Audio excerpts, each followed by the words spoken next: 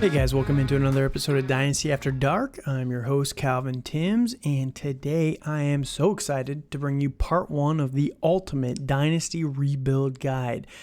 You can find me over on Twitter at TDC_Calvin. Find me on the Dynasty After Dark YouTube channel, on Spotify, Apple, Google, anywhere that you listen to your podcast. And if you could, please be sure to subscribe to the channel so you can make sure you get all of my newest videos, and give me a like anywhere that you listen. 5-star review, I don't really know, just to help the podcast out if you don't mind. Also, just going to put this up front. If you could tell one friend about the podcast, I would truly appreciate it. But, hopefully today I'm going to be able to give you a reason to tell your friends. Maybe you won't want to after today. You'll want to hide this info from all of your friends and your league mates so that, you have the edge on the rebuilds. But I wanted to put this out there because one of the things, I'm in multiple leagues, and I feel like every single year people just struggle to understand how to rebuild in dynasty football, fantasy football. And it doesn't seem that hard to me because all the leagues that I've done it personally, I've been able to turn it around pretty quickly. So the first thing I want to do real quick before we get into the steps, and I've broken this video into 2 parts. So today is going to be part 1, and I've got 3 steps for you today. And the first thing we need to break down is the terminology, right? So if you are a contender, everyone always throws these terms around in the other podcasts, right? Oh, he's a contender. He's a contender. What does a contender truly mean? To me, a contender means anyone that is projected to make playoffs. Like if you think that you're locked for playoffs, that's all you need to do in fantasy football, because we all know, we've all been in leagues. Once you get to playoffs, you have no idea what's going to happen. Your 4th string running back might be a stud, Rashad Penny from last year, where he just comes alive and just carries you through the playoffs. You have no idea what's going to happen. You just got to get a ticket to the big dance so you can at least have a chance, right? So for me, a contender is just anybody that is pretty much locked for playoffs. Maybe there's like 4 teams that are absolute contenders, and there's a couple fringe teams, right, in every single league where you got a couple of teams that sneak in that you weren't really expecting. Now, for me, there's 2 types of rebuild teams as well. There's the full rebuild. You've got nothing here. You own the lot. You don't even have the foundation poured on the lot. You don't have any walls up in the house. You have nothing. You just got an empty lot, and you need to rebuild from scratch. Now, that's a just full-on build, but whatever, terminology there. But then there's the partial rebuild, where maybe you got the walls up, but you don't got the drywall up yet, or you don't got them painted, or you don't got the fixtures in the house yet. You don't have a complete house. You're trying to get the complete house, but you don't have it just yet. So those are the 2 types of rebuilds that you're looking for. So if you're a contender, if you're pretty much guaranteed locked, maybe you can get a little bit of information from this, but this is mostly geared towards the slight rebuild. You're 1 or 2 pieces away, and the full rebuild where you really need a lot of help. So first thing that you got to do when you're looking at all of these leagues, and this is number 1, you got to review your team. And I've been trying to do this a little bit with the Rate My Rosters that I've been putting out there the last couple of weeks, because the whole point of it is you have to look at your team objectively, and you have to give an honest assessment of where your team stands in your league, right? So you got to look at your team. You got to understand the strengths. You got to understand the weaknesses. Okay, maybe I'm really strong at quarterback and it's a super flex, right? Awesome. But I really don't have any running backs that I can use and trust for a full season, right? So, okay, well, I'm going to trade a quarterback for a running back, but now I'm not so strong at quarterback. So you have to first understand your team as a whole and where you're good at, where you're weak at, before you can do anything else in a rebuild. And one of the things too is you need to look at it from a holistic league-wide perspective. Like, okay, maybe you're not terrible, right? Maybe you don't have elite options across every single position, but you're pretty deep, Maybe you're really deep, but it's not the greatest. But everyone else in your league, the contenders, the 4 best teams in your league, are just absolutely stacked across each one of their positions. Maybe they've got the Christian McCaffrey and the Cooper Kupp, and the Patrick Mahomes as their starters with Travis Kelce. Let's just say that that's their 4 premier guys on their roster, right? Well, it's going to be a long shot for you to have a real chance at competing. So you got to be realistic and understand where you are so that you can know how to go forward, right? And that's not a diss. Everyone likes to they like to wear the rose-colored glasses, right, with their own rosters. Oh, my team is not that bad. And that's why I've been trying to be very objective with these Rate My Rosters so you can look at it from a holistic view and you can be honest about it, right? And that way you can really attack the weaknesses on your team and you can really try to improve without overhauling too much, right?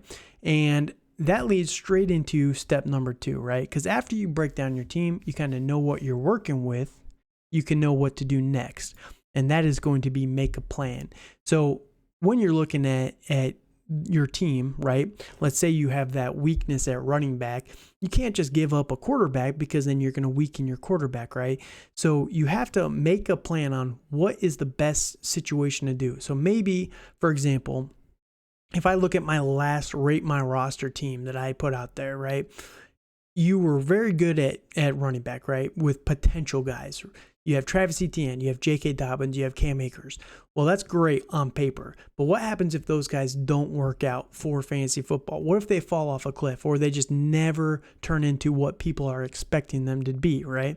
Well, then you're screwed, right? You have no running backs. Your strength at running back disappears instantly because they're risky running backs, but they have a lot of potential, right? So understanding that is great. So maybe you take someone like Travis Etienne. Very, very high potential. People are very high on Travis Etienne right now, but it's an unknown. He might not ever pay off for what his value is in fantasy football. So maybe you take Travis Etienne and you try and get someone like a Justin Fields who doesn't have a lot of hype around him right now. Had the rougher rookie season. People might be down on Justin Fields a little bit, and all of this is assuming it's a super flex because in a one quarterback league, you're never going to trade for Justin Fields with someone like Travis Etienne. It would just be crazy, right? But maybe you can, let's just say in a super flex league, this is probably cheap. I haven't traded for Justin Fields too much lately, so I don't really know how people value him, but just assume, go with me on this, right? Let's see you can get Justin Fields and someone like, I don't know, Kenny Gainwell or Rashad Penny. Okay, Rashad Penny, he's a risk, right? We understand that, but he has just as much risk as Travis Etienne.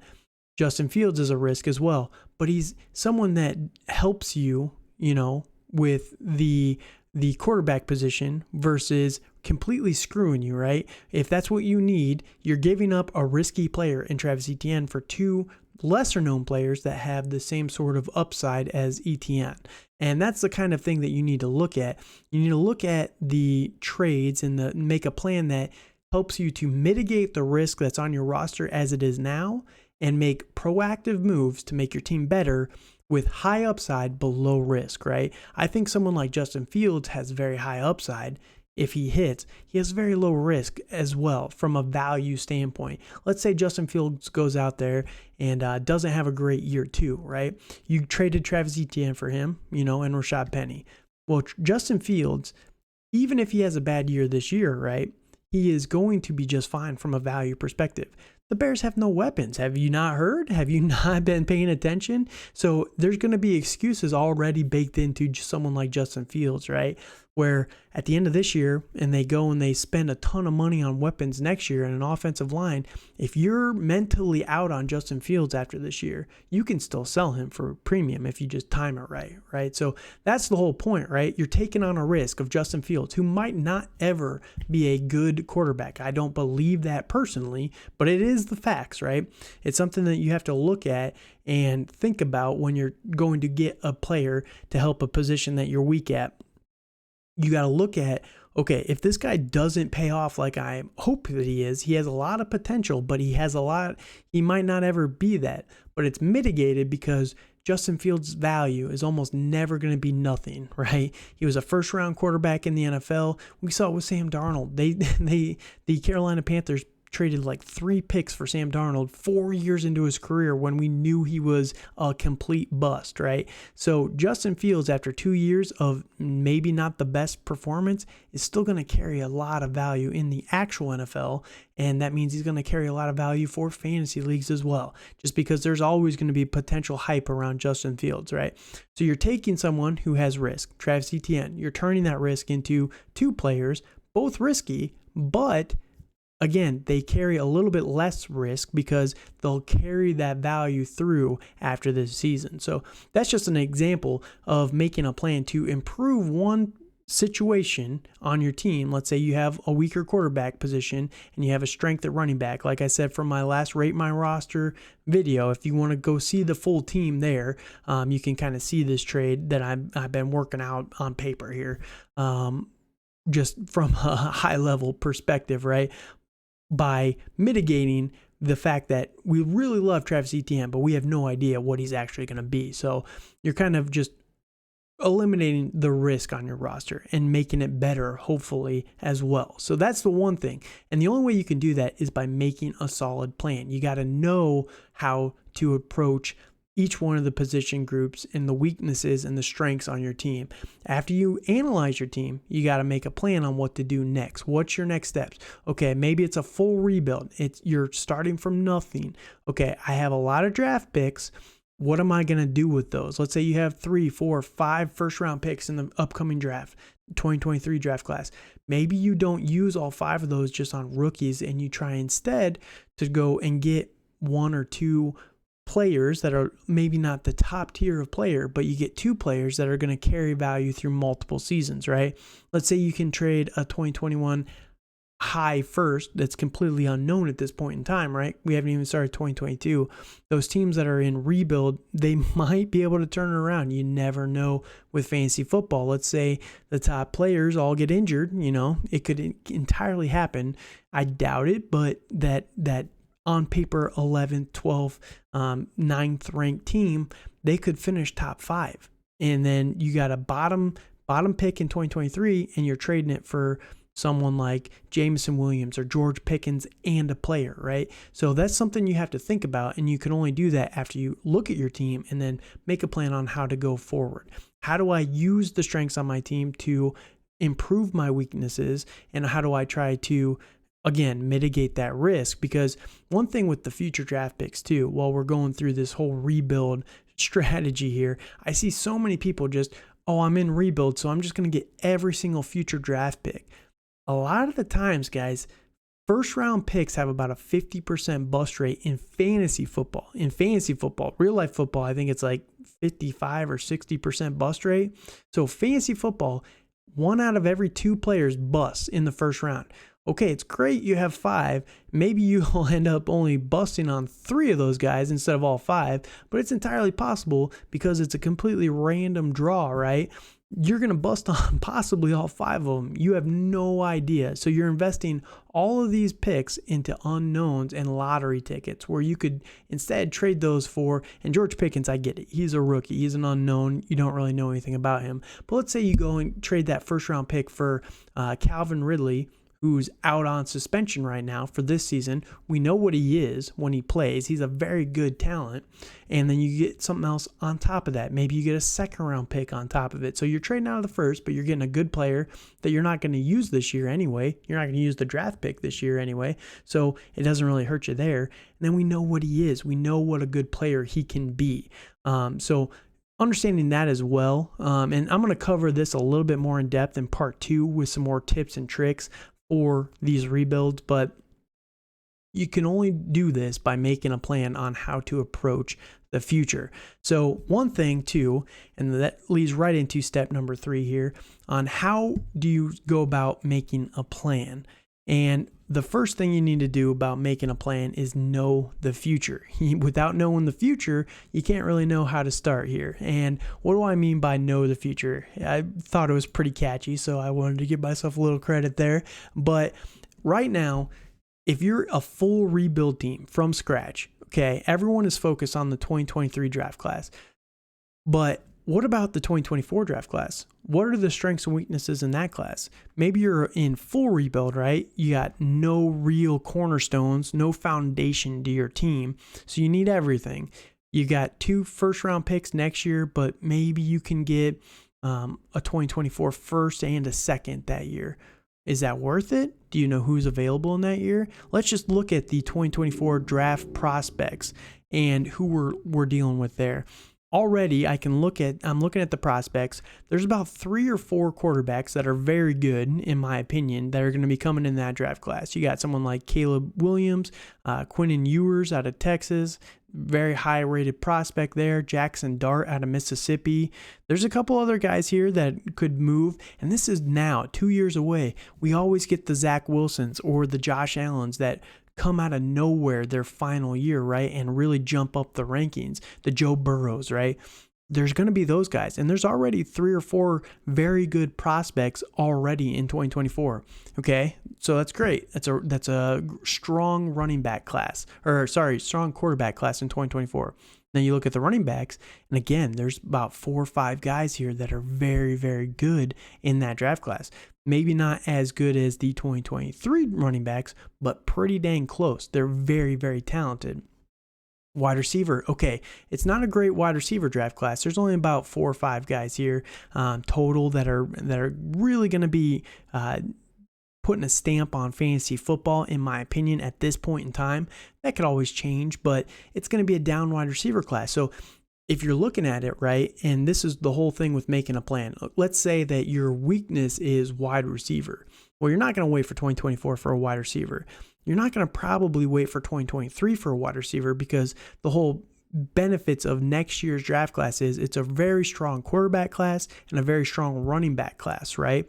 Wide receivers are very top heavy in that class, but again, Drake London or, Jameson Williams or Garrett Wilson, these guys at the top of this year's draft class, they're going to probably be about the same.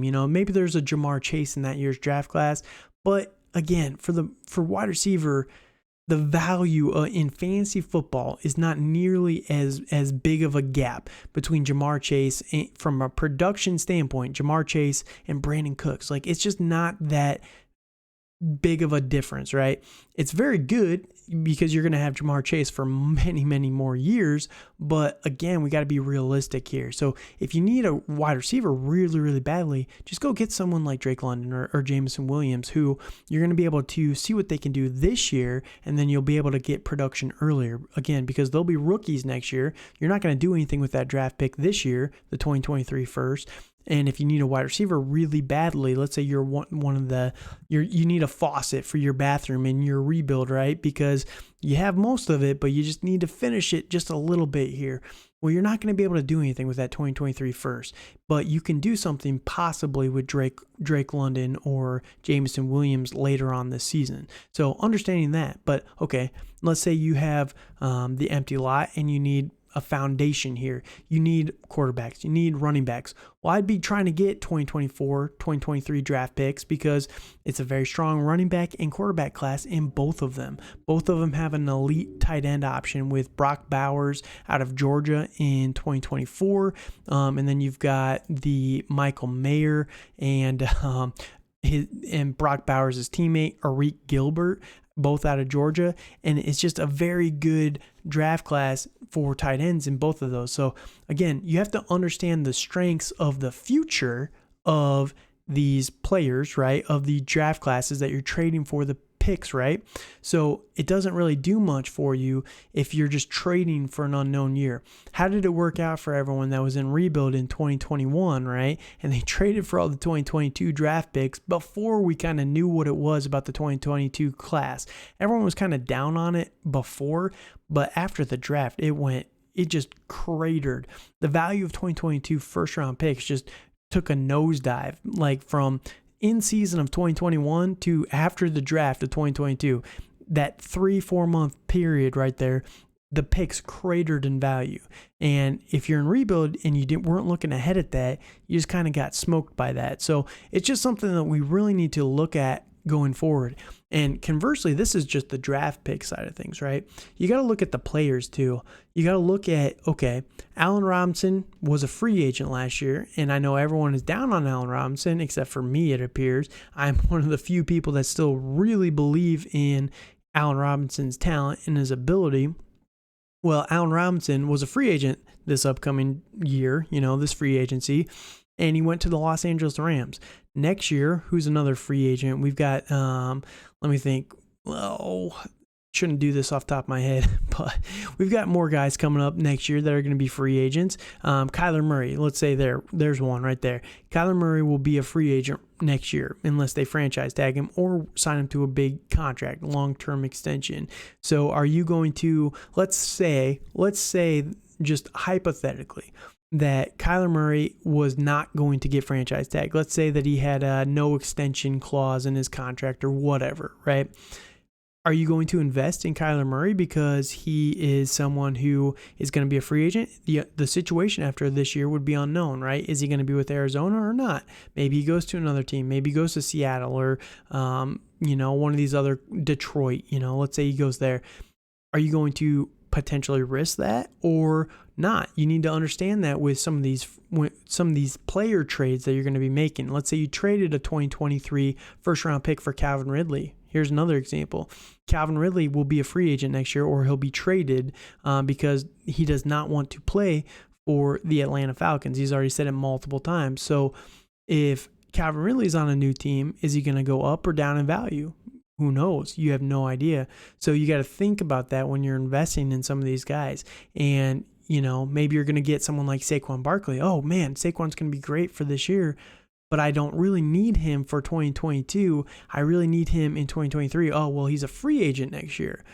Is he going to be somewhere where he's going to be a bell cow? I don't know. It's a risk. So thinking through the future definitely is the first pivotal piece of making a game plan for your team going forward. So those are the first 3 steps for the Great Rebuild Guide here. And I have no idea how long this video is going to go. I'm trying to be very comprehensive in my explanations here because it seems so reductive, right? It seems so basic in the explanation. Oh yeah, you go and get good draft picks.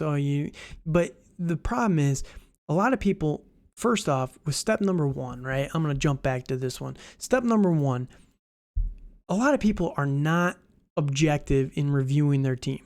They think that their team is way better than it actually is. And I'm a victim of this as well. I've had to really look at my team from a third person point of view, right? And I've ran it past other people. I do this for all of my leagues. Probably annoys the hell out of all of my friends that I talk about fantasy football with, but it's the only way to truly know how good your team is by gauging it with other people as well. I mean, I have my opinions, right? And clearly because I give them to you guys, but at the same time, I'm biased. I understand I'm biased. I don't like Derek Carr. I hate Derek Carr. I don't think he's good for fantasy football, but I'm wrong. He's a decent quarterback. He's all right. He's not that bad, but I just hate Derek Carr and I never want to rank him anywhere high in fantasy football ever. But I understand that about myself, right? So trying to combat that internal bias is so hard. Like, for example, another player I'm high on, right? Another example of bias here. I'm super high on DJ Chark this year. Everyone hates DJ Chark. They think he's worthless for this year. But it doesn't make any sense, right? Because if you look at everything objectively and you don't just take what everyone says as verbatim, right? As the truth. Oh, this guy said DJ Chark's washed, so, I'm just going to listen to him. But if you think about things from a higher level, right, you take your bias out of it. You look at what he did for the Jacksonville Jaguars. Year 1 as a rookie, okay season, not the best, but he played a lot with Gardner Minshew in his rookie season. Whole quarterback situation for the last couple years for DJ Chark. Year 2, breakout year, was with Gardner Minshew that whole year.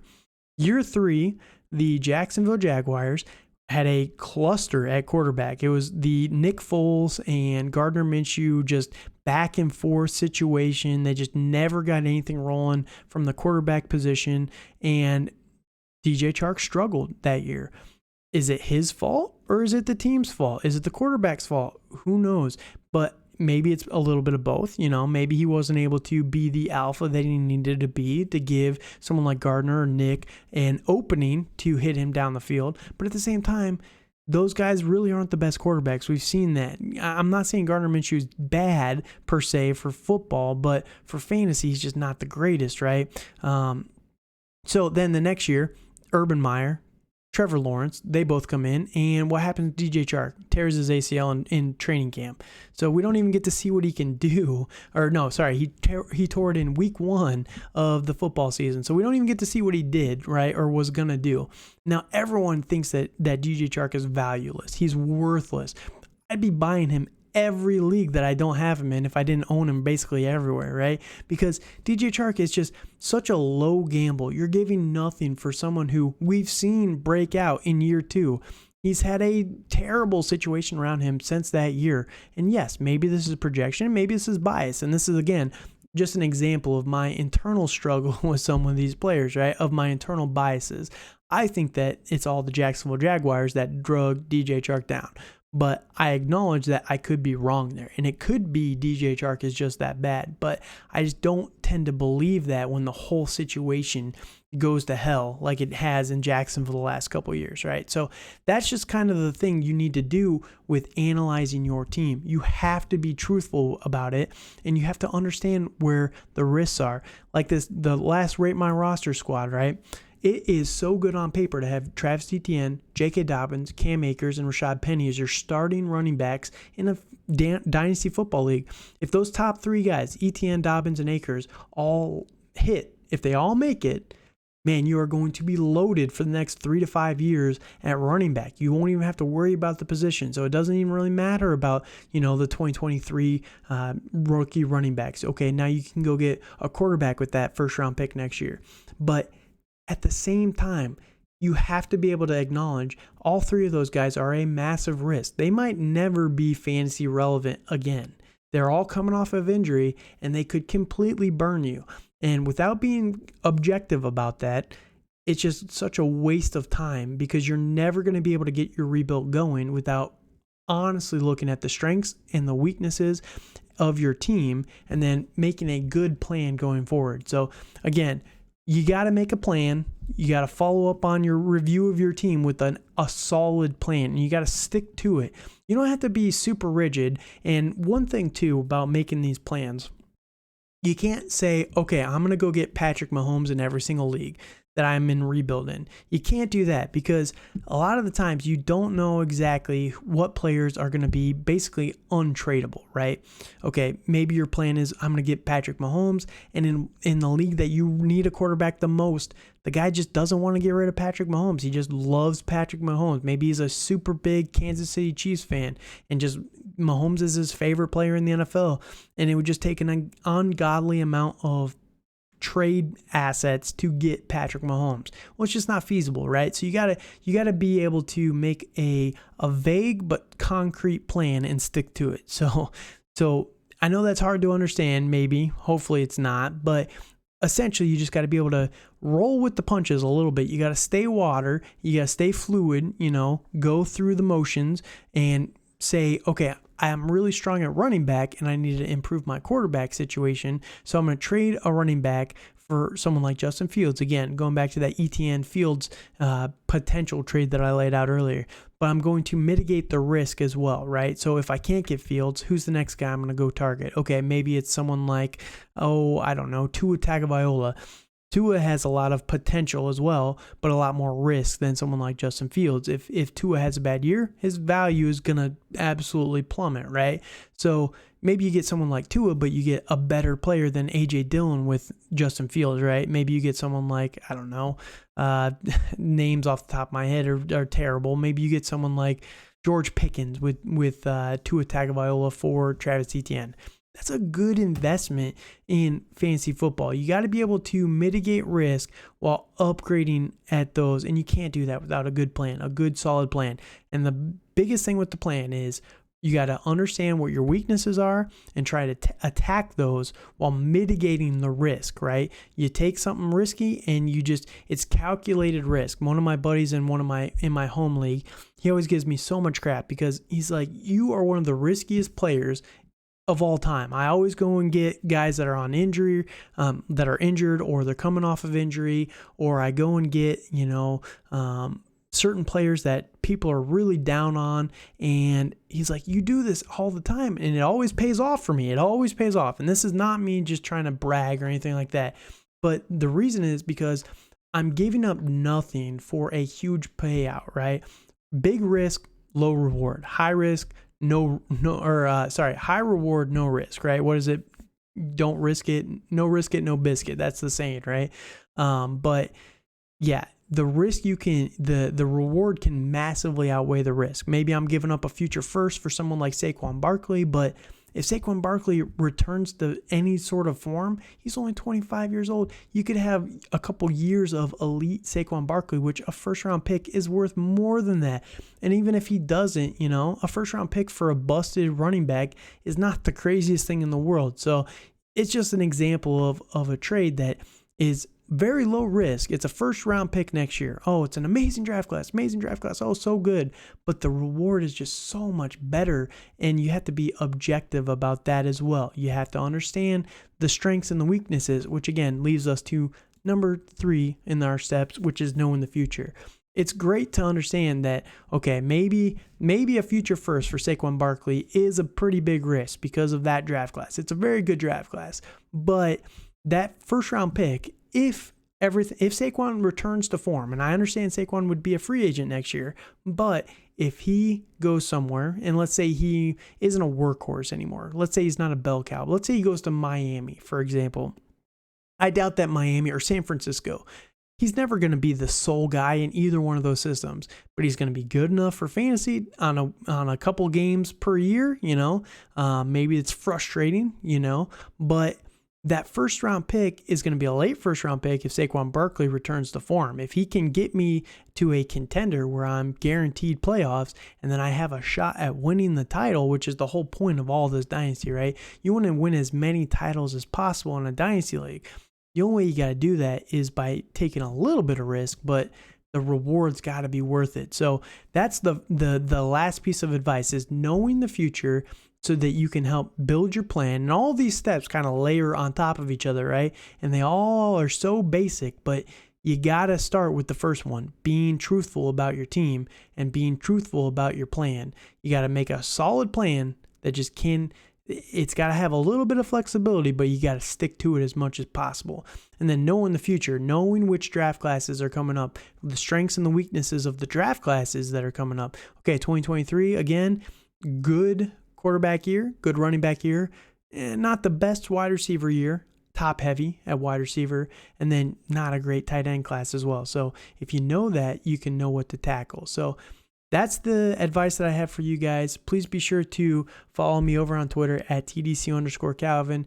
Like, comment, and subscribe on this video if you don't mind. And again, tell a friend, just one friend, about the podcast if you don't mind. Again, if you like this information, don't try and keep it to yourself. Share it with everybody else. So thank you guys so much for listening. Have a good night and be ready next time for step number 2 or part number 2.